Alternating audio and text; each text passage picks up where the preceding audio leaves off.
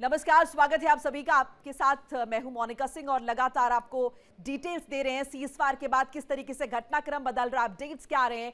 Cease fire के बाद राष्ट्रपति डोनाल्ड ट्रंप को लेकर बड़ी खबर आ रही है। सीज फायर के बाद ट्रंप को लेकर बड़ी खबर, नेटो के महासचिव से मुलाकात करेंगे ट्रंप। मार्क रूटे से आज मीटिंग होनी है राष्ट्रपति डोनाल्ड ट्रंप की, तो ये बड़ी अपडेट आपके साथ साझा कर रहे हैं। सीज फायर का ऐलान हो चुका है ईरान और अमेरिका के बीच, और इस सीज फायर के बाद ट्रंप को लेकर बड़ी खबर आपको बता रहे हैं। सीज फायर के बाद ट्रंप जो है वो नेटो के महासचिव से मीटिंग करने वाले हैं। मार्क रूटे से आज मुलाकात करने वाले हैं डोनाल्ड ट्रंप। अब इस मुलाकात के क्या मायने हैं, नेटो के महासचिव से ट्रंप की मुलाकात, क्योंकि इससे पहले नेटो से नाराजगी अपनी जाहिर की थी ट्रंप ने और कहा था कि नेटो की दरकार नहीं है, जरूरत नहीं है उन्हें।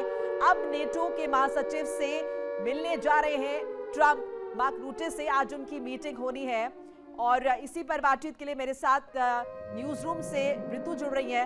ऋतु, क्या कुछ इंफॉर्मेशन इस मीटिंग के बारे में? बिल्कुल, जिस तरीके से मोनिका आपने इस खबर को ब्रेक किया, आप इस अंदाज में लीजिए कि इससे पहले जितनी दफा नेटो को लेकर डोनाल्ड ट्रंप ने अपना पक्ष रखा है, उन्होंने नेटो को कहा गया तो सीधे तौर पर नकारा है, उसकी प्रेजेंस को, उसकी एग्जिस्टेंस को ही पूरी तरीके से नकारा है, जिसमें उसे सीधे तौर पर कागजी शेर तक कहा गया। ये कहा गया कि नेटो देश कायर है, साथ नहीं आ रहे हैं और बैकस्टैब किया है। बाकायदे इसको लेकर के पक्ष रखते हुए डोनाल्ड ट्रंप नजर आए थे, जिसमें उन्होंने कहा था कि महज शब्दों में या कागजों पर ही नेटो खुद को दिखाता आया है और अपनी एग्जिस्टेंस को, अपने दबदबे को पूरी दुनिया को बताता आया है। लेकिन फिलहाल अगर इस मीटिंग को लेकर अगर जिक्र करें, जब यहां पर मार्क रूटे से मुलाकात होगी तो राष्ट्रपति ट्रंप क्या इस दफा नेटो से निकलने को लेकर पक्ष रखेंगे? क्या वो अपनी हिस्सेदारी बैक ऑफ करेंगे? क्या वो नेटो से अपने आप को बाहर निकालने पर बात करेंगे, या आने वाले समय में क्या तब्दीलियां आने वाली? क्योंकि कई दफा आपने भी सुना होगा जब वो इस बात का जिक्र कर चुके हैं कि अरबों खरबों रुपए नेटो पर लगा दिए गए, लेकिन नतीजा क्या हुआ? जब ऐसे जंग के मुहाने पर अमेरिका, डोनाल्ड ट्रंप खड़े थे, उस दौरान नेटो देशों ने समर्थन ही नहीं दिया, सहयोग ही नहीं दिया, कोई मदद नहीं दी, यानी कि अमेरिका अलग थलग पड़ चुका था। आप फ्रांस के जो प्रतिनिधि है उनके बयान देख लीजिए, जॉर्जिया मेलोनी को देख लीजिए, ब्रिटेन का पक्ष आप देख लीजिए, अलग अलग कंट्रीज जो है बैक ऑफ करते हुए नजर आए, जिसमें डोनाल्ड ट्रंप ने कहा था कि ये मेरी जरूरत नहीं है, स्ट्रेट ऑफ हॉर्मुज खुले, इसमें सिर्फ और सिर्फ फायदा मेरा नहीं है, इसमें देश का, दुनिया का, सभी का फायदा है, और अगर चाहते हैं तो स्ट्रेट ऑफ हॉर्मुज के लिए एक साथ आए और इसको लेकर प्रेशर जो है ईरान पर बनाए। लेकिन ये वाली टैक्टिक्स भी डोनाल्ड ट्रंप की काम नहीं आई, और नेटो को लेकर के जितनी दफा डोनाल्ड ट्रंप ने अपना पक्ष रखा, उन्होंने यही बात रखी है कि उनका जो पैसा है, उनका जो वक्त है, उन्होंने टाइम वेस्ट किया है, उन्होंने मनी वेस्ट किया नेटो के ऊपर, और वो मनी वेस्ट इस अंदाज में निकला है कि नेटो ने साथ ही नहीं दिया। अब इस मीटिंग के बाद क्या आत्ममंथन होता है, क्या नेटो से खुद को बाहर निकाल लेते हैं, और डोनाल्ड ट्रंप अमेरिका को लेकर कैसी तस्वीर दिखाते हैं? क्या आगे भी बने रहेगा अमेरिका नेटो का हिस्सा, या इसको लेकर के कोई बड़ी तस्वीर निकल कर सामने आने वाली है? क्या इसमें कोई अपॉर्चुनिटी नजर आती है डोनाल्ड ट्रंप को? साहब, आपका क्या मानना है, माफ कीजिएगा, इस मीटिंग के जरिए राष्ट्रपति डोनाल्ड ट्रंप क्या एक्सपेक्ट कर रहे हैं, क्यों मिलने जा रहे हैं वो? देखिए मोनिका, इसमें समस्या ये है कि आज ये बात नहीं है कि डोनाल्ड ट्रंप नेटो से खुश नहीं है। वो अपने पहले टेन्योर में भी नेटो से खुश नहीं थी और काफ़ी बड़ी स्ट्रेन चल रही थी, जिसको कि बाद में जो बाइडेन ने रेक्टिफाई किया अपने भरसक प्रयास से। आज के दिन में ये जो डिवीज़न है यूरोपियन नेटो और अमेरिका, ये डिवीज़न काफ़ी ग्लेयरली क्लियर है। आपको ये भी याद रखना पड़ेगा कि जो ट्रंप जो नाखुश हैं उसका कोई कारण नहीं है, क्योंकि इस वॉर में जाने से पहले ट्रंप ने नेटो को अपने कॉन्फिडेंस में नहीं लिया है। ट्रंप ने नेटो से ये रिक्वेस्ट नहीं किया कि हम वॉर में जा रहे हैं और ये वॉर नेटो का है।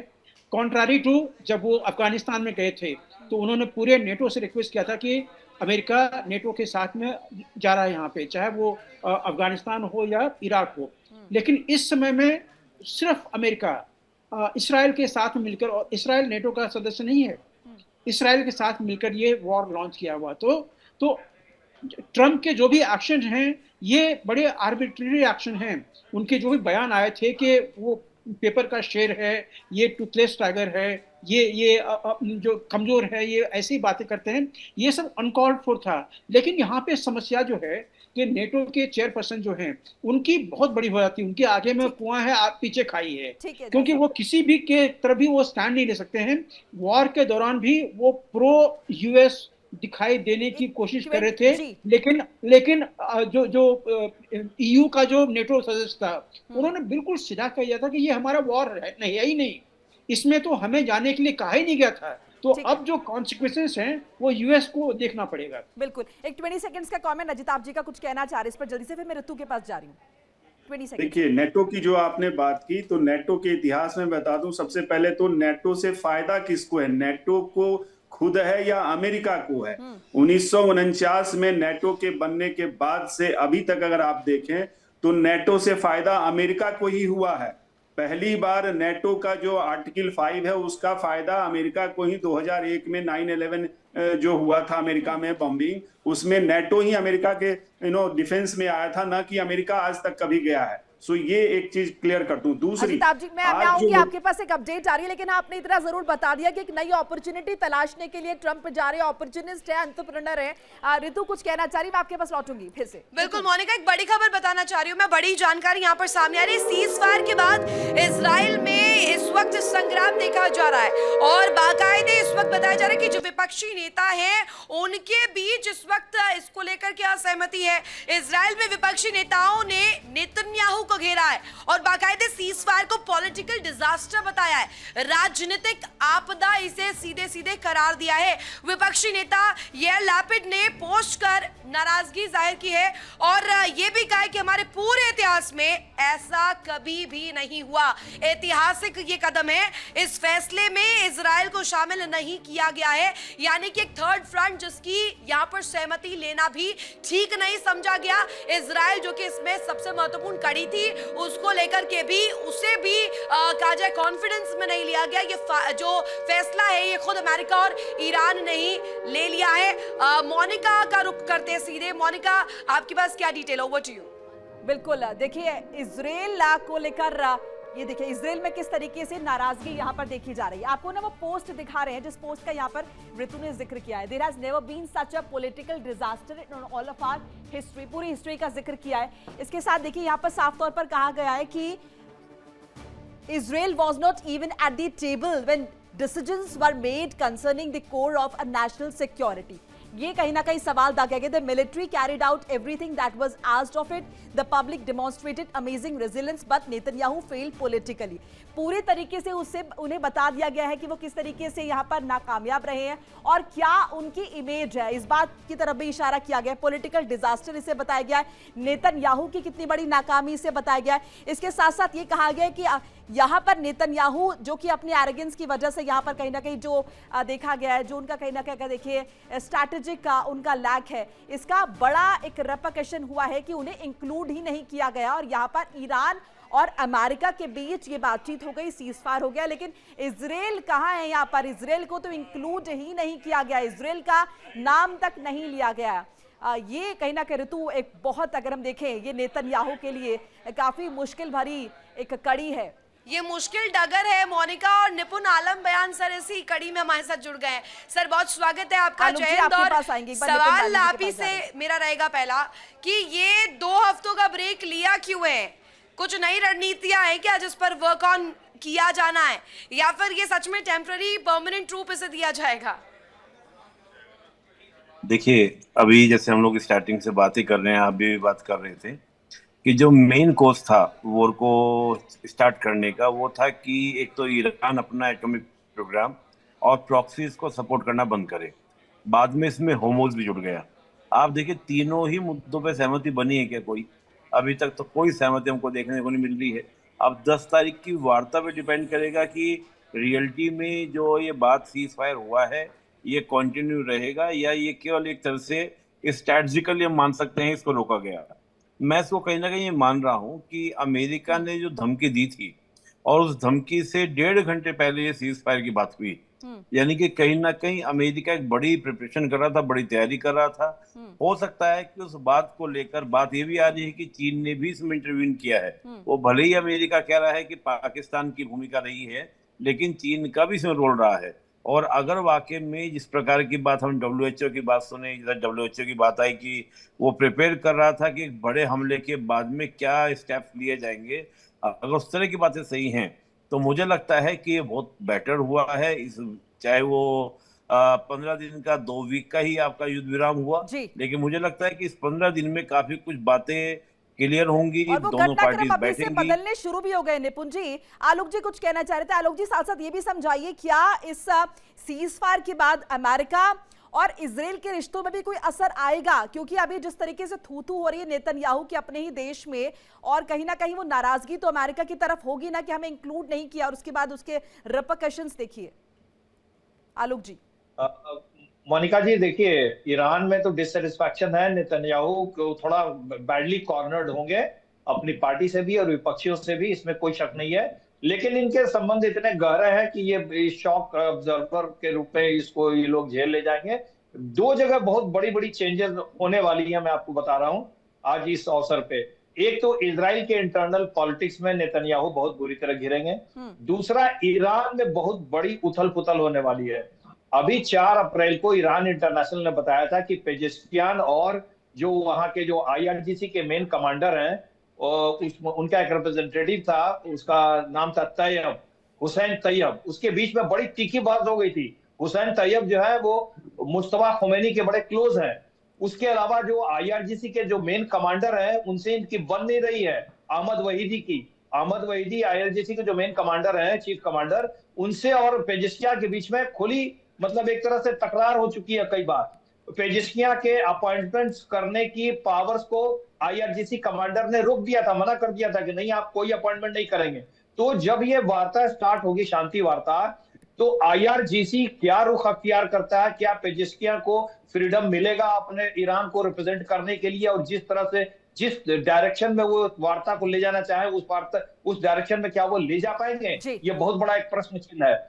और उन्होंने, पेजेस्किया ने बड़ा साफ बोला है कि IRGC कमांडर्स इस पीस टॉक को तोड़ने की कोशिश कर रहे हैं और पूरा ईरान इससे तबाह हो जाएगा। ये ईरान इंटरनेशनल ने रिपोर्ट किया कल। जी हाँ, ठीक है। इस बीच देखिए, सीजफायर हो गया है, लेकिन सीजफायर के बाद ईरान से एक बड़ी खबर और आई है। तनाव के बीच बेहतर डील रखने की डिमांड रखी गई है। तनाव के बीच बेहतर डील की डिमांड ये ईरान द्वारा रखी गई है। ईरान से इस वक्त की बहुत बड़ी खबर आपको बता रहे हैं। सीजफायर हो गया है और ईरान की तरफ से कहा गया है कि देखिए, डील और बेहतर होनी चाहिए। यानी कि कहीं ना कहीं वो मोल भाव जो है, वो बातचीत जो है वो चल रही है, और ईरान ने ओबामा से भी बेहतर डील की मांग रखी थी। अब ये बड़ी जानकारी आपके साथ साझा कर रहे हैं। बेहतर डील की मांग जो है वो रखी गई है।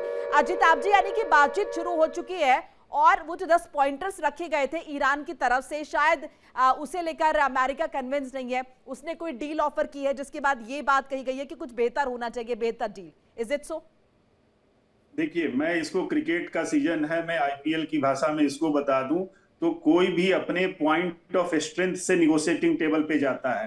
क्रिकेट में भी होता है, बैट्समैन एक कहता है तू रोक और दूसरा ठोकता है। यहाँ भी वही बात है। अमेरिका और इजराइल, एक रोको और एक ठोको वाली बात है। निश्चित रूप से जब टेबल टॉक पे जाएंगे तो वहां पे किसका स्ट्रांग पॉइंट है, कौन स्ट्रेंथ से बात कर रहा है, कौन वीकनेस से बात कर रहा है, ये बहुत मैटर करता है। और शायद इसीलिए ये पार्ट ऑफ स्ट्रेटजी हो सकती है कि तुम उस तरफ अपना अटैक जारी रखो और हम इधर निगोशिएटिंग। देखिए, जो भी पॉइंट्स अभी तक 10 जो पॉइंट आपने रेफर किया मोनिका जी, उसमें बहुत सारे पॉइंट्स हैं जो ना तो इजराइल को वो स्वीकार होगा और ना ही अमेरिका को स्वीकार होगा। हर कोई अपने पॉइंट्स रखता है, 10 पॉइंट 20 पॉइंट, जिसको जो रखना है रख दिया सबने। अब उससे फिल्टरेशन होगा, छटनी होगी, और वो फिल्टर होके आएगा, और लास्ट में कितनी बातें बचती हैं वो तो समय बताएगा। इसलिए अभी ये नोक झोंक चलती रहेगी, पॉइंट्स रखना और बढ़ेगा। हो सकता है पॉइंट और कुछ आज और भी आ जाए, कुछ माइनस होगा, लेकिन अंतिम क्या होगा फैसला, उसमें इजराइल का निश्चित रूप से एक बड़ा से होगा। और ईरान के जो भी पॉइंट्स हैं, अब ये कैसे हो सकता है इंटरनेशनल वाटर में, जो आप कह रहे हो कि हॉर्मुज को हमें दे दो, हॉर्मुज से टोल लेंगे, कभी आज तक हुआ है ऐसा क्या? ईरान ने जो होस्टेज रखा हुआ था हॉर्मुज को, ये पूरा विश्व समुदाय कोई एक्सेप्ट करेगा क्या? क्या भारत एक्सेप्ट कर लेगा? क्या गल्फ के देश एक्सेप्ट कर लेंगे? बिल्कुल नहीं। तो बहुत सारी चीजें हैं, सर, ये लेकिन परमुटेशन रियलाइजेशन ईरान को किसने करा? ये रियलाइजेशन भी तो इस जंग की देन है। इससे पहले तो हॉर्मुज के बारे में कोई बात भी नहीं हो रही थी। अब इस जंग के बाद एकाएक यहाँ पर ईरान को लगने लगा है कि वो तो कब्जा कर लेगा जी, और सबसे आते जाते यहाँ पर टोल वसूलेगा। झा साहब, मोनिका जी, थोड़ा सा धैर्य रखिए। जब आप अंधेरे में जब कदम रखते हैं या जब प्रकाश बहुत अच्छी नहीं होती है, तो जैसे जैसे आगे आप बढ़ते जाते हैं, रास्ता थोड़ा सा साफ होता जाता है। यही चीज यहाँ पे आपको ध्यान रखनी पड़ेगी, क्योंकि एकदम बिल्कुल बड़े युद्ध के मुहाने पे दोनों खड़ा था, चाहे अमेरिका हो चाहे ईरान हो। और वहां से अभी एक छोटा सा रास्ता निकला है, चाहे वो क्लियर नहीं है, लेकिन एक छोटा सा रास्ता निकला है। इसमें बहुत सारे इफ्स एंड बट्स होंगे। इसको काफी आयरनिंग किया जाएगा। इसके जो ड्राफ्ट हैं, इसको काफी सारा आइटरेशन इसके होंगे, जिसमें कि कुछ चीजें जो अमेरिका को पसंद नहीं है या जो इसराइल को पसंद नहीं है, उस पर एलाबोरेट चर्चा होगी। तो थोड़ा सा धैर्य तो रखना पड़ेगा। दूसरी चीज, इसराइल के पास कोई दूसरा ऑप्शन नहीं है कि वो ट्रम्प के साथ चले।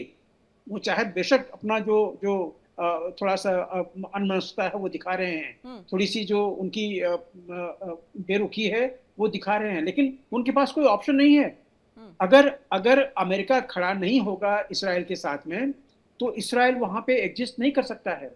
यही हिस्ट्री पास्ट की भी रही है, 1947 ऑनवर्ड्स लेके देख लीजिए, राइट, यही हिस्ट्री रही है। तो इसको वो मतलब इग्नोर नहीं कर सकता है। ठीक है। दूसरी चीज जो थू हो रही है नेतन्याहू की अपने कैबिनेट में, देखिए डेमोक्रेसी है। डेमोक्रेसी में ये होगा, यहीं पे देख लीजिए ना हमारे यहाँ पे क्या होता है। बिल्कुल। अगर आप कुछ अच्छे इंटेंट के साथ भी करते हैं, तो आपके विपक्ष जो है आपको घेरने के लिए तैयार रहते हैं हमेशा 24/7। तो इसीलिए ये चीजें होंगी, लेकिन सर, इसका पॉलिटिकली दबाव तो बनता है। वो हमने अमेरिका में भी तो देखा ना, बड़े पैमाने पर जब प्रोटेस्ट हुए वो दबाव बना। बहरहाल मैं आपके पास लौट रही हूं सर, एक अपडेट जरा बता दूं। बहरीन से इस वक्त की बड़ी खबर आ रही है। बहरीन में अमेरिकी पेट्रियट मिसाइल क्रैश हो गया है। घटना के बाद की तस्वीर सामने आई है। घटना में कई इमारतों को नुकसान पहुंचने की खबर सामने आई। बहरीन से बड़ी जानकारी आपको बता रही है। साथ साथ देखिए तस्वीरें भी आपके साथ साझा करें। ये तस्वीर आप जरा देखिए, ये बहरीन की तस्वीर आ रही है। ये देखिए, अभी भी तबाही बंद नहीं हुई है। ये तस्वीरें बहरीन की है। बहरीन में अमेरिकी पेट्रियट मिसाइल पर यहाँ पर ये क्रैश हुई है। घटना के बाद की तस्वीर। घटना के बाद क्या हुआ है, यहाँ पर आप देखेंगे मलबा पड़ा हुआ नजर आ रहा है, आग लगी हुई है। ये तस्वीरें, और लोग यहाँ पर जाहिर तौर पर, अब देखिए ये वो लोग हैं जिनको ऐसा लग रहा होगा कि संघर्ष विराम हुआ है, लेकिन एक्चुअली में संघर्ष यहाँ पर खत्म कहाँ हुआ है, क्योंकि अभी भी इस तरह की तस्वीरें जो है वो लगातार देखने को मिल रही हैं। कहीं पर अगर हम देखेंगे कुछ लोग जख्मी हुए हैं। ये तस्वीरें अलग अलग जगह से जो है वो सामने आ रही है। निपुण जी, आपका रुख कर रही हूँ, ये तस्वीरें और इसके साथ जरा ये भी समझाइए, संघर्ष विराम तो हो गया है, लेकिन एक्चुअल में संघर्ष ग्राउंड लेवल पर खत्म कहाँ हुआ है, लोगों को राहत कैसे मिलेगी? इनके साथ तो काफी ज्यादा कॉन्फ्लिक्ट की संभावना बनती हुई, और बहरीन तो कई बार कह भी चुका है कि अगर होगा तो हम फुल फ्लैश इस वॉर में उतर भी जाएंगे। और अभी देखिए क्या है कि चाहे वो इजराइल ने, कल आपने देखा होगा, खूब हैवी हमले किए ईरान के ऊपर। मुझे लगता है कि कहीं ना कहीं वार्तालाप चल रहा था, तो इजराइल को ये लगा कि पहले हम जितना ज्यादा डैमेज कर सकें, रिवोल्यूशनरी गार्ड की जो सप्लाई लाइन है उसको हम तोड़ सकें, चाहे उन्होंने रेल इंफ्रास्ट्रक्चर को टारगेट किया हो। तो अभी भी जो बहरीन के साथ जो चीज देखने को मिल रही है, आप जो बता रही हैं, ये सब बातें क्या उसी ओर इशारा करती हैं। मुझे लगता है कि जो ये पूरा का पूरा 2 हफ्ते का रखा गया, ये आनन फानन में डिसीजन लिया गया, ईरान की ओर से भी और अमेरिका की ओर से भी। अमेरिका ने जो एक टाइमलाइन दिया हुआ था, डेडलाइन दी रखी थी, अब उस डेडलाइन में अगर ईरान नहीं रुकता तो कहीं ना कहीं कॉन्फ्लिक्ट बढ़ सकता था। और मुझे लगता है कि जिस प्रकार की चीजें हैं, कुछ बड़े विकल्प की ओर अमेरिका इशारा कर रहा था। तो मुझे लगता है कि एक बात तो फैक्ट है कि कहीं ना कहीं बड़े संघर्ष को, बड़े अटैक को रोकने के लिए ये डिसीजन लिया गया। लेकिन मैं अभी भी मान के चल रहा हूँ, क्योंकि जिस प्रकार की ईरान की कंडीशंस हैं कि हमें पूरा खामियाजा दीजिए, वो अमेरिका मानेगा नहीं। एटॉमिक प्रोग्राम को कहा कि हम चालू रखेंगे लेकिन बम नहीं बनाएंगे। दूसरा, प्रॉक्सीज को सब जगह आपको हमले रोकने पड़ेंगे, ईरान उस बात को मान ही नहीं रहा है। ईरान का कहना यह है कि आप हमले रोकिए, हम लोग हमले नहीं कर रहे हैं। तो यानी कि आप सोचिए कि जो मेन कोज हैं वहां पर अभी तक किसी तरह की कोई सहमति नहीं बनी है। ये मेजर बात है। और मुझे लगता है कि बड़े संघर्ष को रोकने के लिए थोड़ा समय लिया गया, पॉज लिया गया, ताकि जो भी स्टेक होल्डर्स हैं वो उस पर विचार कर सकें कि पॉसिबिलिटीज क्या बन सकती है, क्या संभावनाएं बन सकती हैं, क्योंकि पेच बहुत हैं। अमेरिका को भी हैवी नुकसान हुआ है, बदले में मिला कुछ नहीं है, और ईरान को तो काफी कुछ। अभी तो आप कह ही रहे हैं ना, ईरान की तो भी बातें, वहां पर इमरजेंसी लागू है, अभी तो बातें निकल कर सामने आएंगी। जो आपने इजराइल की तस्वीरें देख रहे हैं कि इजराइल में बेंजामिन नेतन्याहू की आलोचना हो रही है। मौका इन 15 दिनों में मिला है। मैं लौट रही हूं आपके पास, इजरायली मीडिया के हवाले से एक और खबर जरा साझा कर ले। सीज फायर से पहले ट्रंप नेतन्याहू की बातचीत हुई है, ट्रंप नेतन्याहू के फोन पर बातचीत हुई है। सीज फायर से पहले की खबर आपको बता रहे। देखिए, सीज फायर से पहले ये खबर इजरायली मीडिया के हवाले से आ रही है। इजराइल जहां पर नेतन्याहू की थू-थू हो रही है, वहां के मीडिया के हवाले से खबर आपको बता रहे हैं। सीज फायर से पहले ट्रंप और नेतन्याहू की बातचीत हुई है, फोन के जरिए ये बात हुई है। आलोक जी, हम इससे पहले ये भी अंदेशा लगा रहे थे कि कॉन्फिडेंस में इजराइल को नहीं लिया अमेरिका ने और ईरान के साथ ये संघर्ष विराम कर लिया। अब ये जो जानकारी है इजरायली मीडिया के हवाले से कि बात तो हुई है ट्रंप और नेतन्याहू की, इसका मतलब ये बात हुई है लेकिन दोनों अग्रीड नहीं हुए, सेम पेज पर नहीं आए। मोनिका जी, मैं बिल्कुल नहीं मान सकता हूं कि इजराइल को बताया नहीं गया होगा और उसको, हाँ ठीक है, इजराइल सहमत नहीं रहा होगा, रेसिस्ट कर रहा होगा, मनाने की कोशिश कर रहा होगा कि अभी ईरान को और तोड़ना है, लेकिन इजराइल को कॉन्फिडेंस में लिया गया है, उसको बताया गया होगा।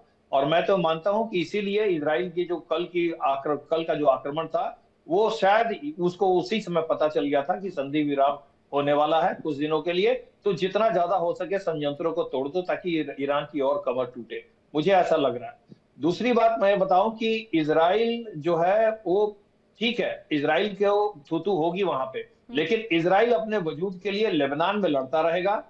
इजराइल जो है अपनी क्षेत्र, अपना डिफेंस जो पॉकेट है वो लिटनी रिवर तक वो बनाएगा ही, और उसने वहां से वो एक बार वापस आकर के पछता चुका है, तो ये अब वो फिर गलती नहीं करेगा, और उसको ग्राउंड दिया है हिजबुल्लाह ने। और हिजबुल्लाह के जितना तीखे बयान अभी फिर से आ रहे हैं, तो ये तो लड़ाई लेबनान सेक्टर में बंद नहीं होने वाली है, और मुझे लगता नहीं है कि इसके लिए अमेरिका भी इजराइल को बाध्य करेगा। वो वहां लड़ाई चलेगी, हाँ, ये जो मुख्य युद्ध है वो बंद हो गया है, लेकिन आगे आने वाले समय में काफी कुछ उथल पुथल होगी इजराइल के इंटरनल पॉलिटिक्स में, और उससे कहीं ज्यादा ईरान के शासन में। ईरान में बहुत कुछ उथल पुथल चलने वाला है। जी हाँ, ठीक है। इस बीच हॉर्मुज को लेकर एक और खबर आ रही है, हॉर्मुज को लेकर एक अपडेट बता दे। हॉर्मुज पर टोल वसूलेंगे ईरान और ओमान। ईरान ओमान बना रहे हैं टोल वसूलने की योजना। हॉर्मुज को लेकर खबर आपको बता रहे हैं, हॉर्मुज पर टोल वसूलेंगे ईरान और ओमान, और बाकायदा ईरान इसे लेकर अपनी शर्तें दे भी चुका है। अब वो टोल वसूलने की तैयारी कर रहे हैं, टोल वसूलने की योजना बना रहे हैं। हॉर्मुज स्ट्रेट पर टोल वसूलेंगे, ये एक बड़ी इंफॉर्मेशन जो है मिल रही है। अभी बातचीत चल रही है, संघर्ष विराम हुआ है। इससे पहले ईरान ने ये भी कह दिया है कि 2 हफ्ते तक तो यहाँ पर फ्लो बना रहेगा जहाज का। अजिताभ जी, आपके पास आ रही हूँ। कहीं ऐसा तो नहीं, क्योंकि देखिए इससे पहले जब संघर्ष विराम की बातें आ रही थी तो ईरान को लग रहा था कि अमेरिका संघर्ष विराम चाह रहा है ताकि अमेरिका फिर से अपने आप को तैयार कर ले, जो कमी वहां पर हो गई है उसको पूर्ण कर ले, और ऐसे में उसे मौका मिल जाएगा, तो वो मौका नहीं देना चाह रहा था। अब ऐसा तो नहीं कि एक तरफ संघर्ष विराम की बात चल रही है अमेरिका से, दूसरी तरफ लगातार इजराइल जो है वो अटैक पे अटैक किए जा रहा है, ईरान को कमजोर किए जा रहा है। यहाँ पर ईरान इन्वॉल्व बातचीत में भी है अमेरिका के साथ, और दूसरी तरफ इजराइल भी अपना काम कर रहा है। मैंने वही तो कहा कि ये बेसिकली क्रिकेट में ना एक स्ट्राइकर होता है और एक रनर होता है, वही हो रहा है कि इजराइल स्ट्राइकर बना हुआ है और अमेरिका रनर बना हुआ है। एक रोको और एक ठोको की नीति चल रही है, और इसका सीधा सीधा है कि बातचीत की टेबल पर जब जाएं तो वहां पे किसकी स्थिति मजबूत है, उस हिसाब से वहां पे नेगोशिएशन होगा। ईरान को बार बार ये बोलना पड़ रहा है कि ये सिर्फ सीज फायर है, युद्ध खत्म नहीं हुआ, इसीलिए क्या वो स्टेटमेंट्स भी दे रहा है कि हमें कम मत आंकना। बिल्कुल, ये देखिए, ये अस्थाई एक विराम कह लीजिए है, ये कोई अभी युद्ध विराम नहीं उस तरह से आप कहें, ये अस्थाई पहल हुई है। इसका कौन करवट उठ बैठेगा ये कहना बहुत मुश्किल है।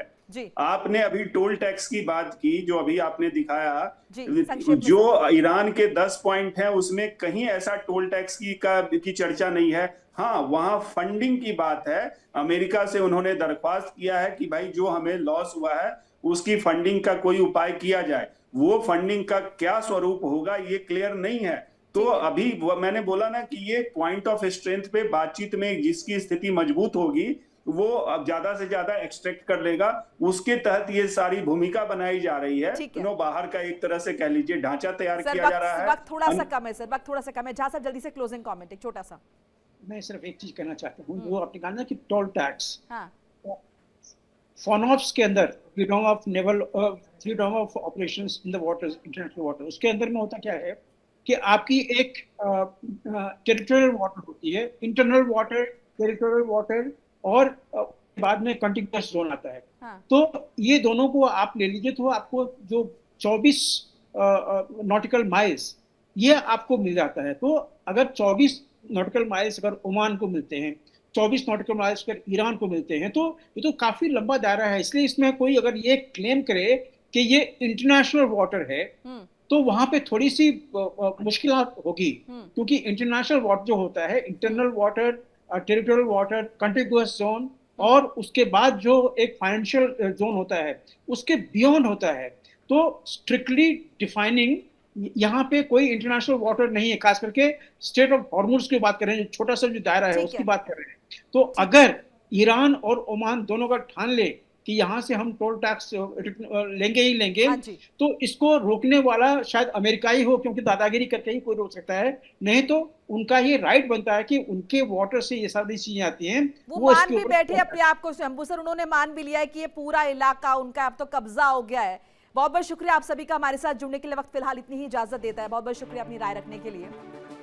तो कवरेज हमारी लगातार जारी रहेगी, अपडेट्स लगातार आपको देते रहेंगे। और इस बीच बताते चले कि इंडिया डेली आपके स्मार्ट टीवी पर भी मौजूद है। देखिए इंडिया डेली 24/7 अब आपके स्मार्ट टीवी पर। इंडिया डेली मौजूद है सभी डिजिटल प्लेटफॉर्म पर लाइव और लगातार। इंडिया डेली 24/7 हर दिन राष्ट्र को समर्पित।